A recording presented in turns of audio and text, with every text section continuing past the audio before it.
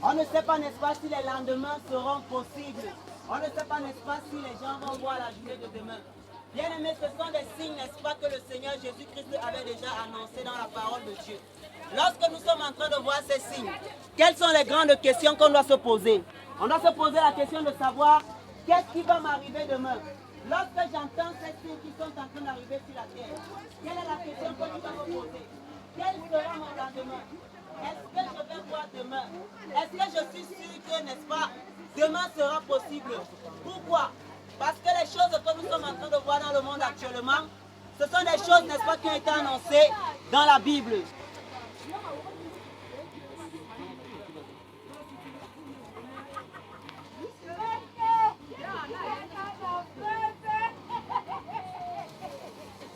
Parce que l'ensemble des choses que nous sommes en train de voir dans le monde actuellement, bien aimés, ce sont des signes qui ont été annoncés dans la Bible. Le Seigneur Jésus-Christ, il y a de cela 2000 ans, avait annoncé que lorsque les temps de la fin vont arriver, vous allez entendre parler, n'est-ce pas, de guerre et de bruit de guerre. Vous entendez, n'est-ce pas, parler d'épidémies en divers lieux. Ce sont là, n'est-ce pas, des choses que nous sommes en train de voir maintenant. Qui peut dire, n'est-ce pas, que la prophétie du Seigneur Jésus ne s'est pas accomplie? Je suis en train de voir l'attention d'une personne dans ce marché bien-aimé. Lorsque vous êtes en train de voir les signes, ça veut dire, n'est-ce pas, que le Seigneur Jésus-Christ est déjà proche. Et lorsque nous sommes en train de dire, n'est-ce pas, que le Seigneur Jésus-Christ est déjà proche, ça te concerne, ça me concerne parce qu'il y a l'éternité qui est en jeu. L'éternité, c'est quoi? C'est l'endroit, n'est-ce pas, où vont les gens après leur mort. Vous avez déjà entendu, n'est-ce pas, que les gens meurent. Les gens ne font que mourir autour de vous. Vous voyez, n'est-ce pas, des petits enfants qui meurent. Des enfants, n'est-ce pas, qui n'ont rien fait, des gens qui sont innocents. Est-ce que vous vous êtes déjà posé la question de savoir, quand les gens meurent, là, bien-aimés, où est-ce qu'ils sont en train de partir? Chaque jour, n'est-ce pas, on va à des deuils. On enterre des personnes. On dit repose en paix. On dit telle personne est morte. Est-ce que vous vous êtes déjà demandé où est-ce que ces personnes sont en train de partir? Eh bien, la Bible nous révèle, n'est-ce pas, dans le livre de Matthieu, chapitre 25, qu'il y a deux endroits, n'est-ce pas, où les gens sont en train de partir, n'est-ce pas, après leur mort. Et la Bible, n'est-ce pas, nous a parlé de cette parabole de Lazare et de l'homme riche bien-aimé. Il y avait un homme qui vivait sur la terre. Il avait des biens, il avait des maisons, il était en train de vivre sa vie. Il était en train de faire, n'est-ce pas? Demain après-demain, je vais construire des châteaux. Demain après-demain, n'est-ce pas, je vais construire des grandes maisons. Bien aimé, mais il ne savait pas, n'est-ce pas, que son souffle n'était pas entre ses mains. Et le Seigneur est venu lui dire, insensé, cette nuit même, n'est-ce pas, je vais te retirer son souffle. Bien aimé, cet homme-là est mort. Il s'est retrouvé, n'est-ce pas, en enfer. Qu'est-ce que l'enfer, bien aimé? L'enfer, n'est-ce pas, c'est un lieu de tourment. Là où, n'est-ce pas, les gens sont torturés pour le mal qu'ils ont fait ici sur la terre. Là où, n'est-ce pas, les gens souffrent à cause, n'est-ce pas, du péché qu'ils ont fait ici sur la terre. Et la Bible, n'est-ce pas, nous parle encore d'un endroit qui est réservé, n'est-ce pas, pour ceux qui auront accepté le Seigneur Jésus-Christ ici présent. La Bible nous parle, n'est-ce pas, du paradis, du royaume des cieux, n'est-ce pas, qui est le lieu de repos pour les gens, n'est-ce pas, qui auront accepté Jésus-Christ maintenant. Bien aimé, peut-être tu es en train de dire que ce que je suis en train de parler aujourd'hui ne t'intéresse pas. Mais je te dis que cela t'intéresse. Tu as besoin de cela. Pourquoi? Parce que ton éternité est en jeu. Demain après-demain, tu peux mourir. Moi, j'ai eu des amis bien-aimés qui étaient en vie. C'était des personnes qui étaient en train de marcher. On savait que c'était des personnes robustes. Mais du jour au lendemain, ces personnes sont mortes. Du jour au lendemain, n'est-ce pas, ces personnes ont cessé de vivre, bien-aimés. Et automatiquement, elles sont confrontées à leur jugement. Bien-aimé, toi aussi, tu peux être confronté à ton jugement à tout moment. Pose-toi la question, où est-ce que tu vas aller, bien-aimé? Mais il y a une bonne nouvelle, n'est-ce pas, que le Seigneur Jésus-Christ est venu t'annoncer. Car la Bible nous dit dans le livre de Jean, chapitre 13, verset 16, car Dieu a tant aimé le monde, qu'il a donné son Fils unique, afin que quiconque croit en lui, n'est-ce pas, ne périsse point, mais qu'il ait la vie éternelle. Ça veut dire que quoi? Toi et moi qui étions destinés, n'est-ce pas, à aller en enfer. Toi et moi, n'est-ce pas, qui étions destinés à aller à la perdition, à cause du péché, n'est-ce pas, qui perdit dans l'humanité. Jésus-Christ est venu donner, n'est-ce pas, la capacité, bien-aimé, d'échapper à l'enfer. Aujourd'hui, n'est-ce pas, tu as l'occasion d'accepter le Seigneur Jésus-Christ dans ta vie, avant qu'il ne soit trop tard, bien-aimé.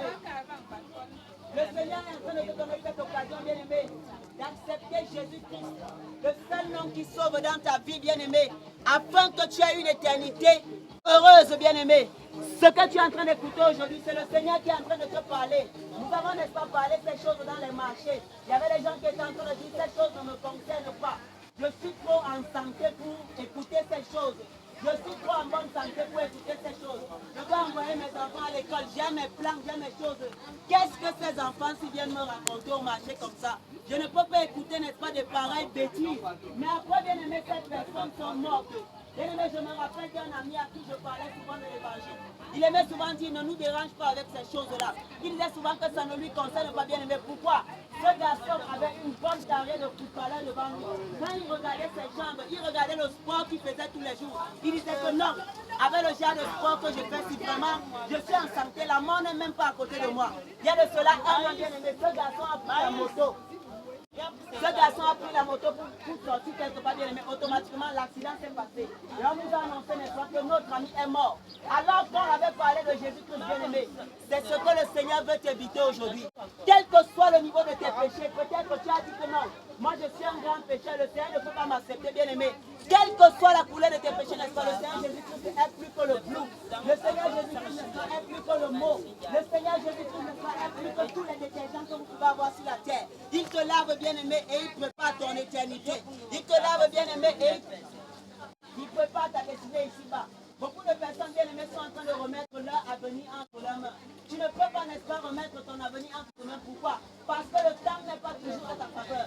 Toute personne, n'est-ce pas, qui remet son avenir entre ses mains, bien aimé, le temps vient toujours faire défaut. Le temps n'est pas ton ami, bien aimé. Tu ne sais pas à quel moment est-ce que le temps va te décevoir? Lorsque tu remets ton avenir entre tes mains, bien-aimé, le temps te fait toujours défaut. Il y a des gens qui ont dit qu'ils vont faire des choses, bien-aimés, mais le temps les a fait défaut. Mais la seule personne, n'est-ce pas, qui contrôle le temps, celui, n'est-ce pas, qui n'est pas soumis à la loi du temps, n'est-ce pas, c'est le Seigneur Jésus-Christ. Et c'est pourquoi, n'est-ce pas, les apôtres pouvaient dire à Jésus-Christ, Seigneur, à qui d'autre irons-nous? Car tu as les paroles de la vie, bien-aimé. Lorsque nous sommes en train de parler, n'est-ce pas, des paroles de la vie, ce sont des paroles qui vont au-delà du temps. Jésus-Christ n'est pas limité par un temps, bien-aimé. Non seulement ici-bas, bien-aimé, il commence à diriger ta vie. Lorsque le Seigneur prend ta vie ici-bas, bien-aimé, il commence à la diriger. Après, dans l'au-delà, bien-aimé, il continue encore à diriger ta vie. Or, quand c'est toi-même qui dirige ta vie, bien-aimé, le temps va toujours te couper court. Les maladies vont toujours te couper court. Après, quand tu vas mourir, bien-aimé, parce que tu n'auras pas donné ta vie au Seigneur Jésus-Christ, c'est l'enfer qui va t'attendre. Or, le Seigneur Jésus-Christ ne veut pas que tu aies un enfer. Bien-aimé, la fin de toute chose est déjà proche. La fin de toute chose est déjà proche. Les épidémies que vous êtes en train de voir, ce n'est pas un signe de hasard. La Bible avait annoncé tout cela. C'est pourquoi ce soir, tu as l'occasion d'accepter Jésus-Christ. Bien-aimé, ce n'est pas une histoire d'église. Ce n'est pas une histoire, bien-aimé, d'argent. Le Seigneur Jésus-Christ, n'est-ce pas, c'est gratuit. Tu as besoin de l'accepter maintenant. Tu peux l'accepter maintenant, bien-aimé, afin d'être sauvé.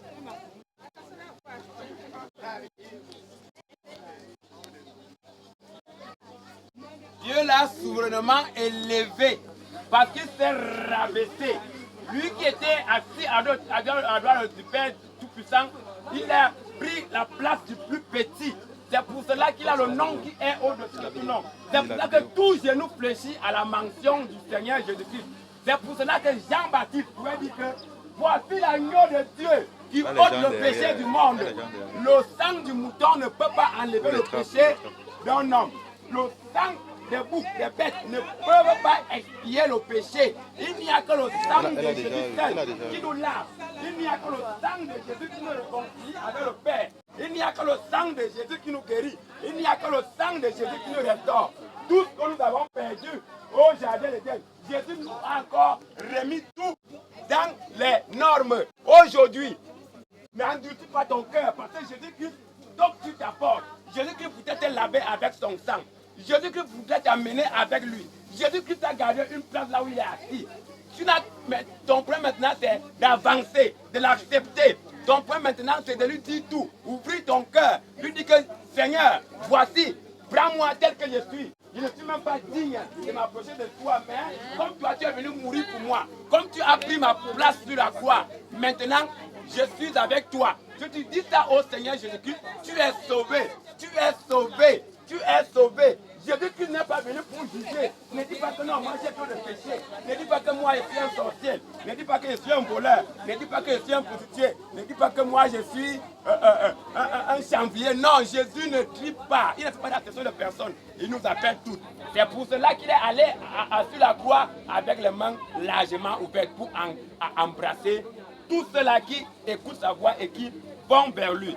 Jésus-Christ t'offre une seconde chance aujourd'hui. Jésus-Christ t'offre une occasion en or aujourd'hui. toi qui m'écoutes, toi qui me regardes, Jésus-Christ nous a envoyé uniquement pour toi. Ne perds pas le temps. Ne perds pas le temps. Le temps ne t'appartient pas. Le temps n'est pas à ta portée. On ne sait jamais ce qui va se passer après. C'est pour ça que Jésus-Christ est ici aujourd'hui pour annoncer ce qu'il est venu faire à la croix. Pour te sauver, pour me sauver. Maintenant, si tu écoutes la voix, n'endurcis pas ton cœur. N'endurcis pas ton cœur. Jésus-Christ a dit que celui qui a honte de moi sur la terre, moi aussi j'aurai honte de lui devant mon Père. Bien-aimé, enlève la honte. Enlève la honte. Jésus-Christ t'appelle. Jésus-Christ t'appelle. Il toque à ta porte. Ta porte ici, c'est ton cœur. Le cœur. Le cœur. Ouvre ton cœur à Jésus. Dis-lui tout. Il veut t'amener avec lui. Il veut t'amener avec lui. Il ne regarde pas le degré de ton péché. Son sang finit avec le péché. Nous ne pouvons pas bagarrer avec le péché. Le péché est une puissance. Le péché a une force. La seule personne qui a achevé le péché, c'est le Seigneur Jésus-Christ.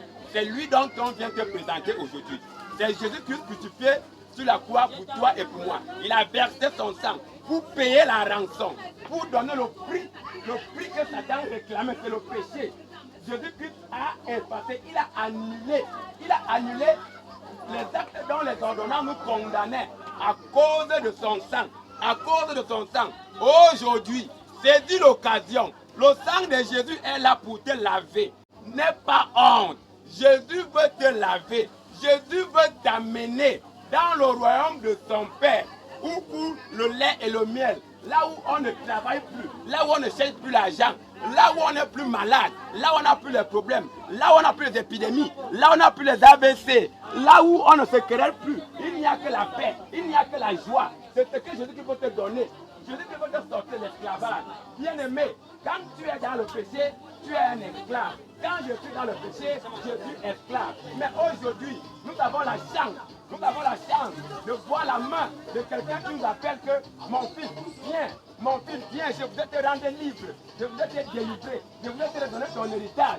C'est dit cette occasion, j'ai dit ma main, bien aimé. Un pécheur est comme celui qui est en train de se noyer. Et Jésus est le seul qui a la corde. Jésus est le seul qui a un jeu sauvetage pour te donner, pour que tu sortes de ta mort, pour que tu sortes de ta noyade, afin de te donner la vie. Que tu sortes dans ton esclavage, afin d'être libre, afin d'être fils de Dieu, afin d'être fils de Dieu, afin d'hériter le royaume des cieux, là où nous pourrons aller. Pour le moment maintenant, voici le canal pour lequel on va au ciel. C'est Jésus-Christ. Il n'y a pas un autre chemin. Il n'y a pas un autre chemin en dehors du chemin de Jésus-Christ. Il a dit, lui-même a dit, je suis le chemin, je suis la vérité et la vie. Nul ne peut aller au Père que par moi. Bien-aimé, tu ne peux pas aller au royaume des cieux sans passer par Jésus. Il n'y a pas un autre moyen. Il n'y a pas un autre canal. Il n'y a pas un autre chemin en dehors du Seigneur Jésus-Christ. Je t'invite aujourd'hui. Je t'invite aujourd'hui, à travers la voix que tu es en train d'écouter, ne néglige pas. C'est ce qui s'est passé à Jérusalem. Jean-Baptiste était en train de prêcher comme je prêche là. Les gens négligeaient. Mais quand Jésus-Christ est arrivé, il a dit que voici donc, la hache est déjà sous les arbres. Celui qui ne va pas produire les fruits de la repentance sera coupé. Mais tu as la chance parce que la hache n'est pas encore là. Tu as la chance parce que le jugement n'est pas encore là. Tu peux encore saisir l'occasion. Tu peux encore être sauvé. Il n'est jamais trop tard. Il n'est jamais trop tard. C'est ton jour aujourd'hui. C'est ton temps. Cette heure-ci, c'est pour toi.